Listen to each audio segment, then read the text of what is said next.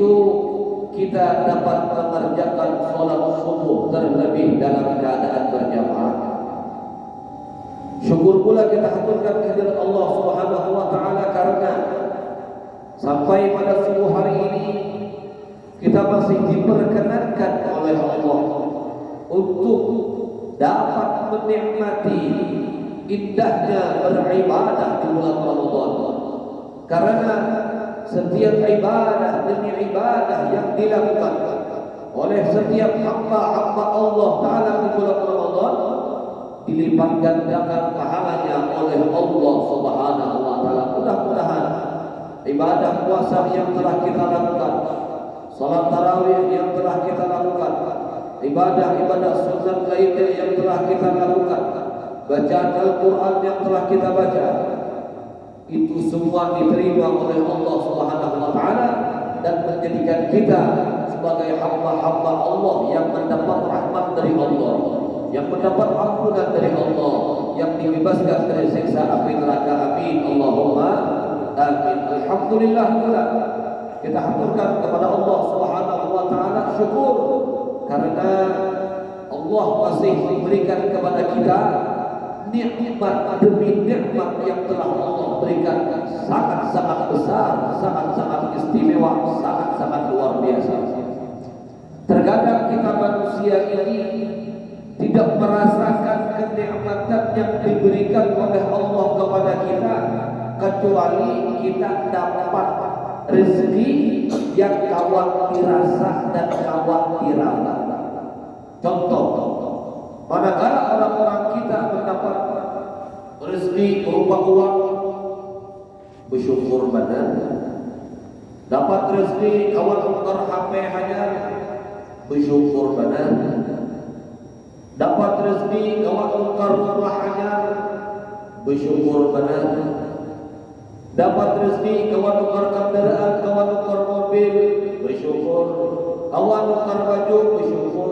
Itu nikmat yang diberikan oleh Allah Subhanahu wa taala wujud dan itu patut untuk kita syukuri. Tapi terkadang ada nikmat yang kada pernah selama hidup kita ini kita mensyukurinya, padahal nikmat tersebut ada di dalam batang tubuh kita masing-masing. Diceritakan oleh guru kami Al-Habib Jamal bin Thaha Ba'aqil. Beliau suatu ketika pernah diundang di salah satu kampung, di salah satu daerah, di salah satu tempat di Yogyakarta. Diundang sendiri untuk ceramah peringatan Maulid Nabi. Ketika itu Masya Allah tabarakallah di sini hanya sampai ke tempat atau ke rumah orang tersebut, terkadang sini melihat bangunan rumahnya yang kayak istana di sini. Pagarnya aja sudah luar biasa. Masuk pulang ke dalam pagar ini rumahnya indahnya luar biasa dari sini rumahnya. Penasaran sini siapa dan apa rumah ini. Lalu nama Habib. Kau kah dapat tahu nama rumah dari sini. Karena Habib dibantu acara kita biar bertemu dengan siapa rumah dibantu acara. Singkat cerita, Habib pun dipersilakan untuk istirahat Habib di kamar. Masya Allah, di sini kamarnya megah. Sebelum hadir acara ke kamar mandi dulu sini. Setelah masuk ke kamar mandi, saking sugihnya orang itu, di dalam kamar mandi pun ada TV. Dalam kamar mandi ada TV. Udah kita tipis putih ini beberapa itu ada rumah, ada nonton sinetron, anak nonton kepos, abah nonton berita, yang merambut TV. Ini orang sampai ke dalam WC ada TV-nya juga. La ilaha illallah. Aku malah nih karena lagi sudah duit lagi hati kemana menjualkannya lagi. Saking sugihnya di dalam kamar mandi, di dalam WC-nya ada TV. Masya Allah, tabarakallah. Tambah penasaran Habib, tutup acara. Dibawa Habib untuk bertamu si ampun rumah. Ampun rumah berada di kamar di sini sudah ada. Wajar Tuhan, bukan hanya Tuhan saja, Setelah bertemu Habib lewat orang tersebut, tahun pemilik rumah tersebut ditanya oleh Habib, ya bulan bulan yang isi rumah hari istana justru luar biasa. Begini wahai Habib, yang dia lihat ini di antara salah satu nikmat yang telah Allah Ta'ala berikan kepada Allah. Tapi dari sini, dari si rumah, wah Habib, ulu kemana-mana sudah berobat. Dia Habib mau obat apa? Berjalan kawah, apa kawah, dari si rumah ya Habib, ulu kemana-mana sudah berobat. Ada satu penyakit yang dimana di batang tubuh ulun ini penyakitnya itu apabila ulun makan apapun yang ulun makan karena berasa. Ini sebelum masa corona kan, sebelum masa corona ini kejadiannya Dir Habib. Jadi apa? Kemana-mana ulun sudah berobat, Singapura sudah, Malaysia sudah, Indonesia keliling sudah di Indonesia ini. Ada sepuh jual lagi ulun. Kenapa penyakitnya? Nikmat perasa di dalam untuk diangkat oleh Allah Ta'ala. Sugihnya nanti apapun, sugihnya sidin, ujar sidin karena kawan buat membedakan mana makanan yang nyaman, mana makanan yang kada nyaman, mana makanan yang manis, mana makanan yang masin, mana makanan yang pahit. Ada kawan merasakan di sini, ada kawan membedakan di sini. Kalau kita alhamdulillah semalam buka puasa makan mika berasa. Semalamnya orang-orang kita membuka makan kolak berasa. Semalamnya lagi bukan dia puasa nasi. Tujuan semalam, semalamnya, kalau semalamnya lagi. Hari apa kan? Dia puasa hari apa? Hari sama dulu minggu juga. Jadi minggu lalu sama ada salahnya. Sabtu jujur, minggu jujur, dia apa jujur juga. Masing-masing ada ambilan dan masing-masing ada pedoman yang mereka pegangi. Yang Sabtu jujur, nah minggu jujur juga. Ada yang salah, ada puasa. Untuk mendebut itu Sabtu minggu, di rumah ada puasa. Nah keluar ke Solo pada puasa, bahas Sabtu minggu aja. Nah jadi apa? Itu terkadang nikmat yang ada di batang tubuh kita ini orang-orang kita kadang pernah mensyukurinya. Nikmat perasa itu ternyata mahal. Ujar si Abdullah, ya Habib, ratusan juta sudah ulun keluarkan untuk obat sekira memulih nikmat perasa itu pada kawan. Kadang sampai hari ini disebut kadang Masya Allah, ayo terus butik nikmatnya ada. Belum lagi nikmat mata biar kawan melihat, belum lagi nikmat telinga biar kawan mendengar, belum lagi nikmat batis biar kawan berjalan, belum lagi nikmat tangan biar kawan bergerak, belum lagi nikmat yang lain-lain sebagainya. Alhamdulillah. Oleh karenanya orang-orang kita patutlah bersyukur kepada Allah Subhanahu wa Ta'ala. Oleh karenanya dikatakan oleh Sayyidi Syekh Al-Imam Sultan Al-Habib Abdul Qadir Al-Jilani, beliau mengatakan makna daripada syukur kita kepada Allah Subhanahu wa Ta'ala itu harus ada dalam 3 keadaan dan 3 hal. Yang pertama adalah cara kita mensyukuri nikmat yang telah Allah Ta'ala berikan kepada kita, yaitu dengan sekurang-kurangnya kita mengucapkan kalimat Alhamdulillah, karena saking banyaknya nikmat yang telah Allah Ta'ala berikan kepada kita. Yang kedua, orang-orang kita harus mensyukuri nikmat itu dan kita meyakini datangnya nikmat dari Allah. Itu ngarannya syukurul qalbi. Yang pertama syukurul lisan, lidah kita mengucapkan kalimat Alhamdulillah. Dan yang kedua syukur hati, yaitu hati kita meyakini nikmat datang dari Allah Subhanahu wa Ta'ala. Ujar Allah Ta'ala di dalam Al-Quran, wa ma bikum min ni'matin faminallah. Tidak ada satupun nikmat yang sampai kepada kita melainkan yang memberi adalah Allah.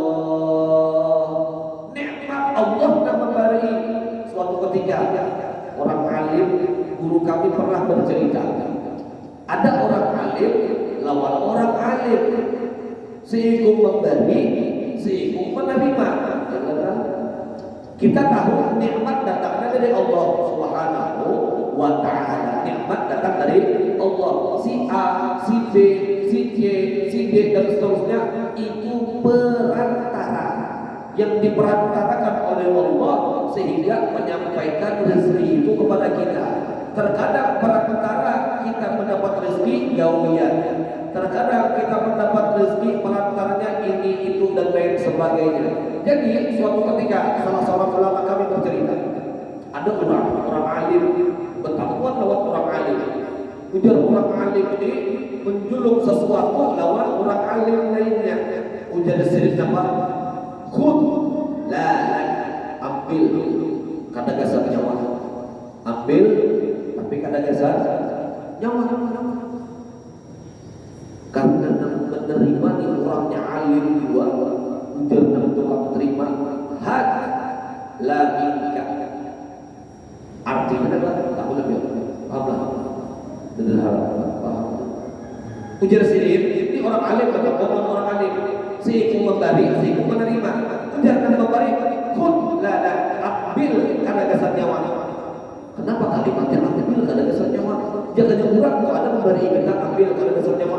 Kira-kira kita terima kan ada? Kalau kita terima karena ambil karena gasar nyawa. Ya ini.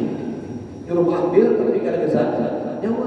Ujar sendiri, ujar orang alim yang memberi ini, ambil ini titipan dari Allah yang pahalanya aku hanya mengharap dari Allah dan karena mengharap pujian dari dia. Ujar untuk kamu terima orang alim juga nih. Had sini lain dari nyawa, lain dari nyawa, ini lain nyawa yang memberi ini. Oh, jangan orang kita kalau kita diberi oleh orang 100.000 hari ini.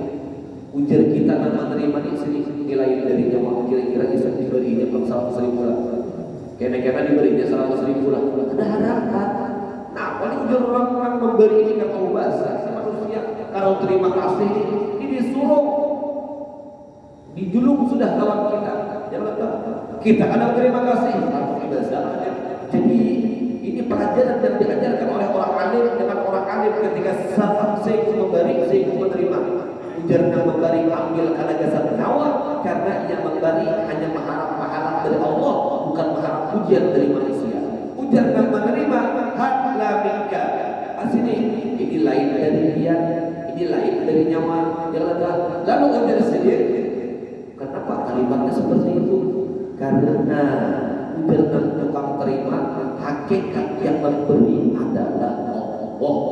Nyawa di perantaranya, yang di perantaranya, hakikat yang memberi satu pemberian Allah Subhanahu wa Ta'ala. Wah, ini gambar orang alim, orang alim. Tapi kalau kita orang awam, kita orang awam ini menerima, jujur menerima, jangan pakai salah. Lu bisa tahu dulu, kita tahu baru menerima. Terima kasih lah nilai dari nyawa juga. Tukar di orang menjaga memberi ilmu kita kena. Sudah hari ini beri kurang 100.000, kena-kena bisa juga kalau dia memberi kalau kita 100.000. Tapi karena kita nggak tahu bahasa, kalau terima kasih, harus bakalan lagi pulang memberi ilmu kita. Jadi itu gambaran orang soleh lawan orang soleh, orang alim lawan orang alim menggambarkan kepada kita nikmat datang dari Allah.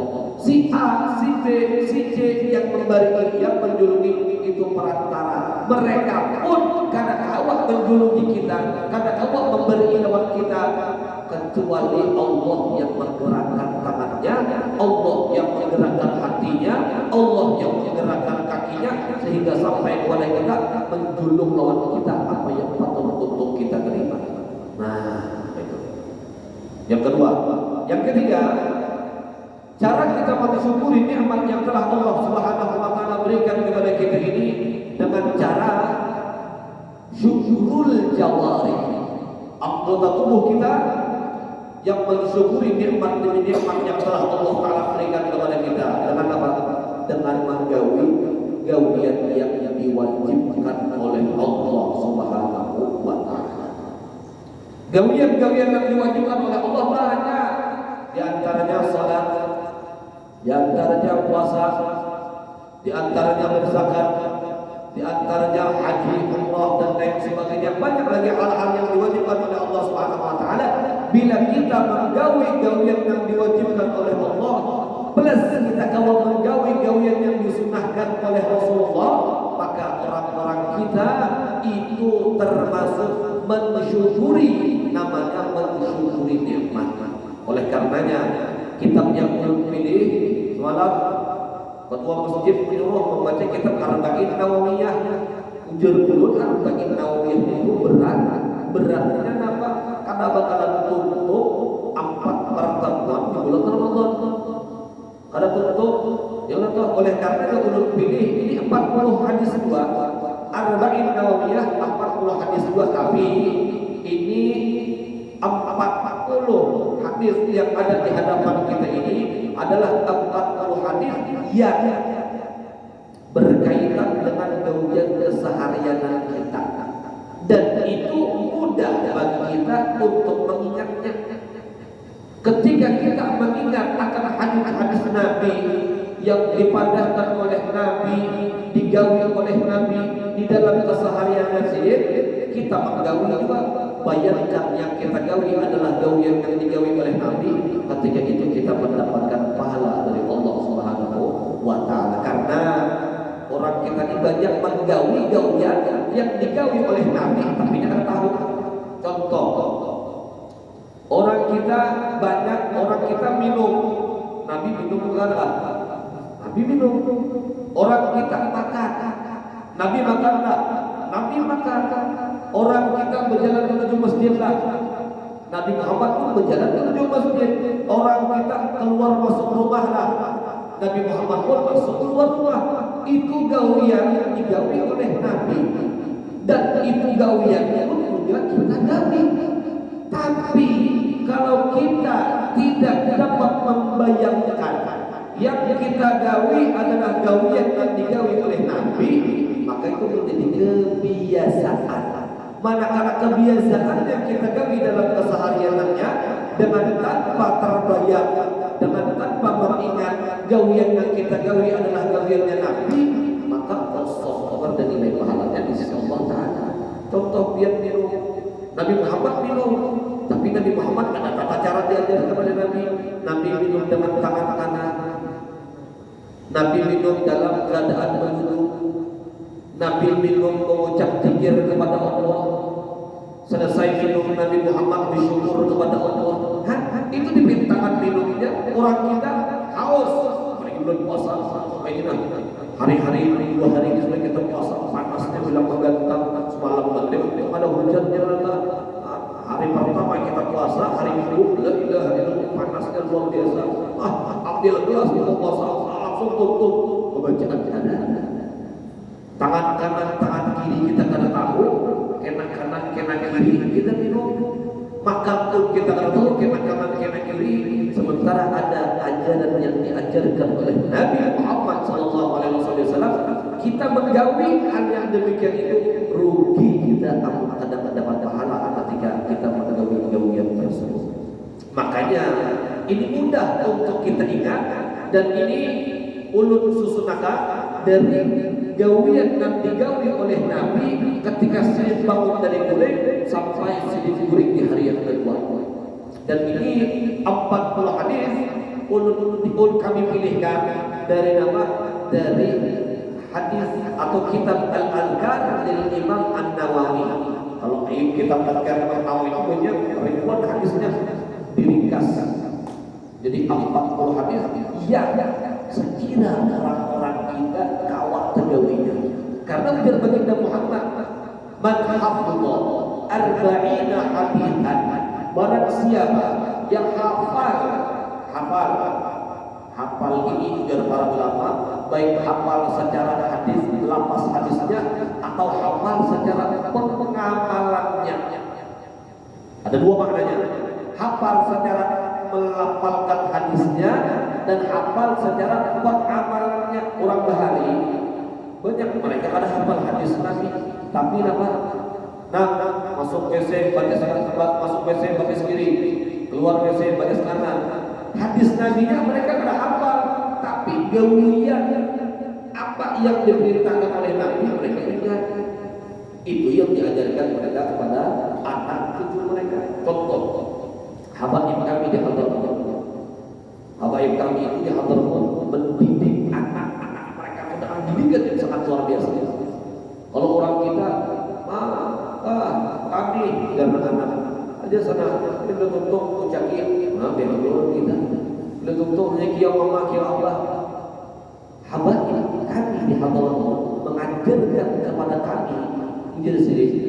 Manakala kalian nanti kelak diberikan anak oleh Allah Subhanahu wa taala, diberikan keturunan oleh Allah taala, perhatikan segala sesuatu yang digawe oleh anak kalian. Masuk kamar kecil juga sendiri. Jangan sampai anak kalian yang berdahulu, anak-anak kita yang berdahulu, kita yang berdahulu di sini di Palawar besek. Bila ada masuk, berarti sedikit. Di pada hari kalau orang kita ini ada istilah dan itu masuk surah musarah itu lah. Anda pakai kanan kiri atau luncat dari masuk ke tahu kita. Tapi ajaran yang diajarkan oleh para ulama kami di Hadramaut sana, hal sekecil itu pun diajarkan mereka untuk meniru akhlak baginda Muhammad SAW. Itu hari-hari kita kami. Oleh karenanya ini mudah nanti insya Allah kalian mengingatnya. Kalau ada doa-doanya pun, karena doanya perlu diberikan kunci doa agar orang-orang kita nyaman dan mudah untuk mengamalkan dan menggawinya dalam keseharian kita. Jadi ini oleh karenanya perlu pilih hadis yang kami susun ini memudahkan bagi orang-orang kita selama bulan puasa meningkatkan nilai ibadah banyak pahala yang kita dapatkan. Mudah-mudahan kita awal amalkan insyaallah. Amin. Allahumma amin. Contoh lagi, kalau para sahabat Nabi Muhammad itu mereka menggawi sunnah itu sangat semangat luar biasa. Suatu ketika ada salah seorang sahabat namanya Abdullah ibn Umar. Abdullah ibn Umar ini beliau pernah berjalan bersama dengan baginda Muhammad sallallahu alaihi wasallam. Berjalan bawa Nabi. Ketika itu Nabi Muhammad sallallahu alaihi wasallam tatap lawan pohon yang rantingnya menjulur ke jalanan. Ketika itu karena ada ranting, lalu Nabi bertunduk Nabi berjalan di tempat sana. Dan para sahabat menghormati Nabi Muhammad bertunduk ketika lewat di tempat tersebut. Wafat Nabi. Berjalan hari demi hari, bulan demi bulan. Abdullah ibn Umar lewat tempat tersebut persis. Lewat di tempat yang dilewati oleh Nabi dan Abdullah ibn Umar semasa hidupnya Nabi sallallahu alaihi wasallam di tempat tersebut. Ketika Abdullah ibn Umar berjalan, ranting pohonnya itu sudah ada lagi, tapi Abdullah ibn Umar manakala lewat tempat tersebut tetap sendiri menunduk. Ujar ketawanan sini, ya Abdullah, ya sahabat Rasulullah, wahai sahabat Rasulullah, kenapa kalian menunduk? Ujar sini punya sahabat, di sini Nabi pernah lewat dan Nabi bertunduk. Oleh karenanya ujar Abdullah ibn Umar, ada atau ada ranting yang menjadi sebab Nabi bertunduk, aku pun bertunduk di lewat situ. Masya Allah. Ya bayangkan adalah orang kita itu. Contoh lagi, Abu Hurairah radhiyallahu taala anhu.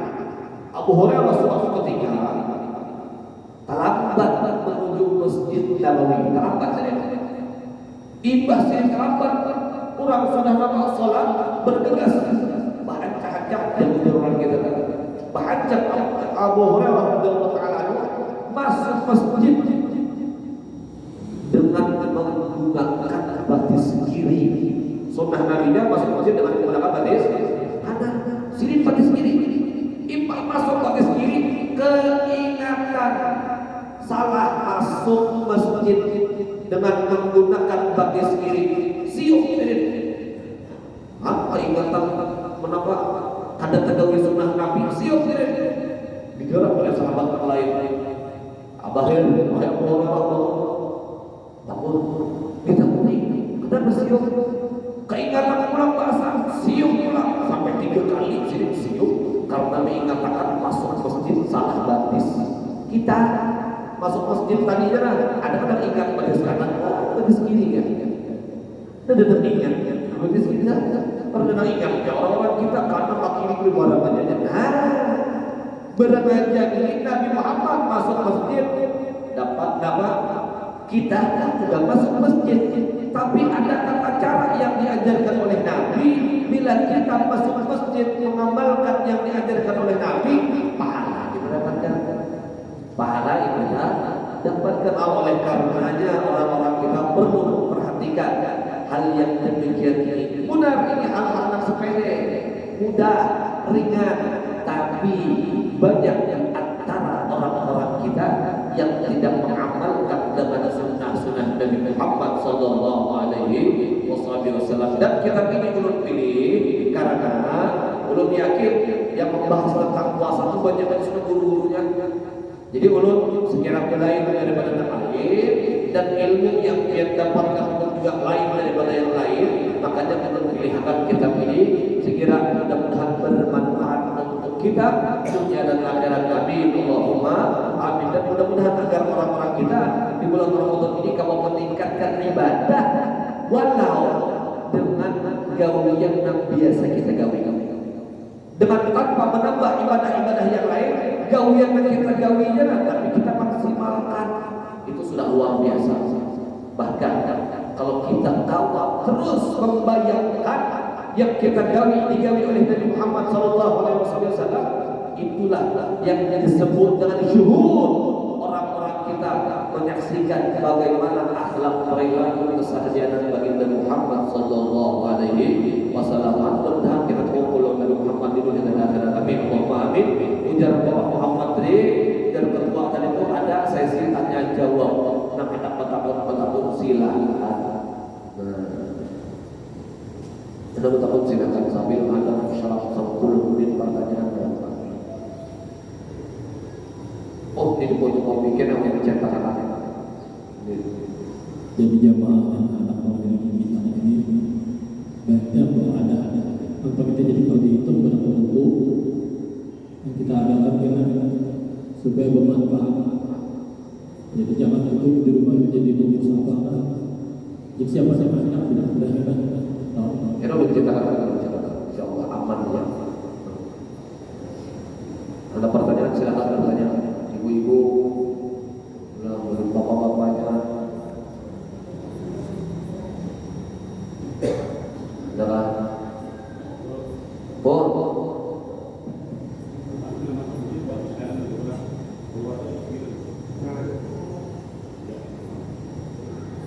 kira dari pertanyaan lainnya menguatkan jadi masuk masjid tadi anak keluar masjid tadi gini iya dokter pertanyaannya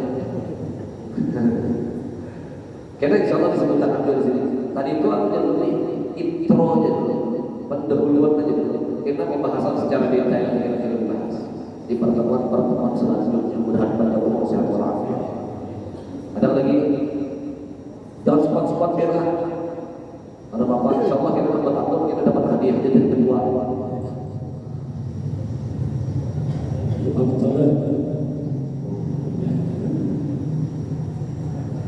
santai gitu lah sampai insyaallah.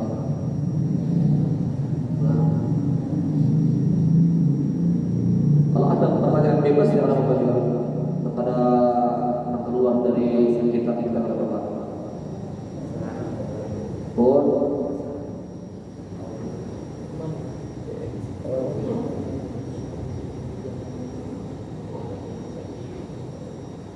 masalah imam bujangan boleh kan?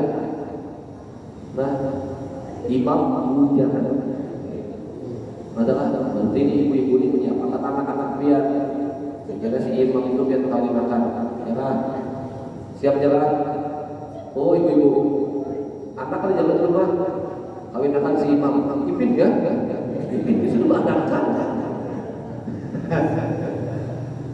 dari segi masalah fikihnya, kenapa jadi sampai ada perkataan atau pendapat para ulama yang mengatakan yang lebih afdal itu adalah orang yang sudah berkeluarga, karena orang yang sudah berkeluarga itu kawa fokus dengan apa yang digawinya. Tuh, itu dari segi yang dulu, dari segi akidahnya. Karena orang yang kada kawin ini macam-macam pikirannya. Pikiran si A, si B, si C, pikiran anu dan lain sebagainya. Itu yang membuat nilai kekhusyuan di dalam salat itu kenapa? Karena pikiran yang macam-macam. Lalu ketika itu dikatakan oleh para ulama yang lebih afdal itu emang dalam keadaan sudah kawin, yang karena kan pikiran masalah kawin. Itu tapi kalau dari segi fikihnya boleh selama ini qari, arti qari itu bisa baca Al-Quran. Yang kedua ini faqih, ini paham dengan sholat, syarat sholat, rukun sholat, hal-hal yang berkaitan dengan sholatnya mengerti. Maka sekalipun ini belum kawin, yang di belakang fikihnya karena belajar, kemudian lagi ada pondok pesantren atau pembacaan Al-Qurannya bilang diragukan, maka lebih baik imam adalah yang lebih paham dengan apa yang dia kerjakan. Artinya faqih, qari, itu yang utama benar. Masalah sudah kawin atau tidak kawin, bujangan atau tidak bujangan. Kadang-kadang orang kawin ini banyak pikiran.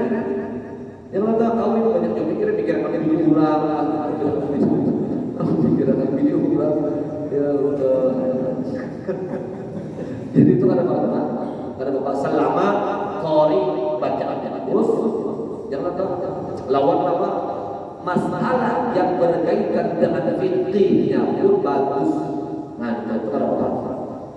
Tapi kalau misalkan jamaah yang lain misalkan apa ini merasa dirinya lebih bagus daripada bacaan fikih, nah dia merasa ini perlu dicek dulu. Oke, apa perasaan itu terhadap imamnya bacaan pian kayak apa, rukun sholat pian hafal tak ada kah, suruh dihitung rukun sholat banyak ya daripada menjawabnya. Yang kata lebih baik yang qari itu bagus bacaannya, bujur bacaannya. Yang kata lawan jomblang faqih yang paham dengan tata cara sholat, belajar itu artinya. Maka itu lebih diutamakan. Kalau misalnya anak kawin, sebenarnya itu hanya sekedar para ulama kita mengaturkan hal yang lebih itu karena orang yang sudah kawin itu pikirannya itu ada kemana-mana sudah. Nah pikirannya itu ada fokus kawah mudah untuk mencapai fokus nyaman. Tapi ini kan masya Allah banyak para ulama kami itu mereka melatih anak-anak mereka itu untuk menjadi imam. Nah, anu belum kawin sebelum jadi imam berapa?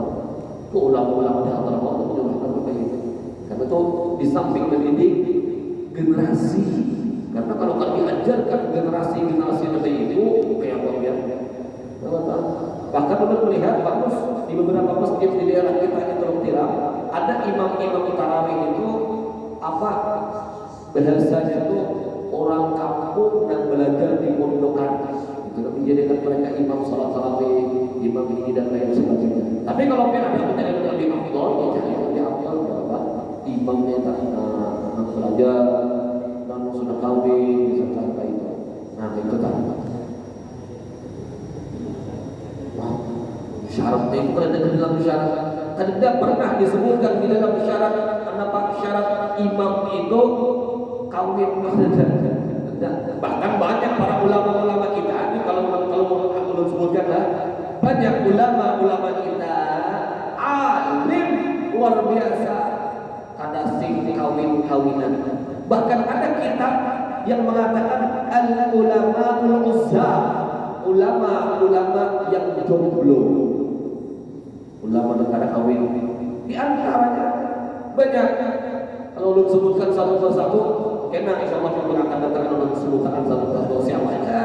Imam ulama yang jomblo kan imam lah sih imam. imam sini. Karena insyaallah digunakan tentang belum sebutkan nama-namanya lebih daripada ratusan kitab ini kan mendoakan para ulama-ulama jomblo. Jadi ya kalau dia menetapkan syarat-syarat itu dikawinkan dengan imam jomblo ada. Jomblo imam kita nih hajar kaum hajar lah. Jomblo masih. Nah, insyaallah itu bulan puasa kan ada nama menyediakan. Oh ibu, anak-anak biar nyangka bisa baca Al-Quran, awal jadi imam. Bila biar meninggal kena dikajiatannya, bila biar meninggal kena dihadiahinya terus. Untuk dia bisa menantu imam. Ada bertahan lagi lah. Daripada dia mencari di luar sana tentang tahun ibadahnya lagi. Ya Allah, insyaallah kena ibadah. Belum puasa langsung perabot.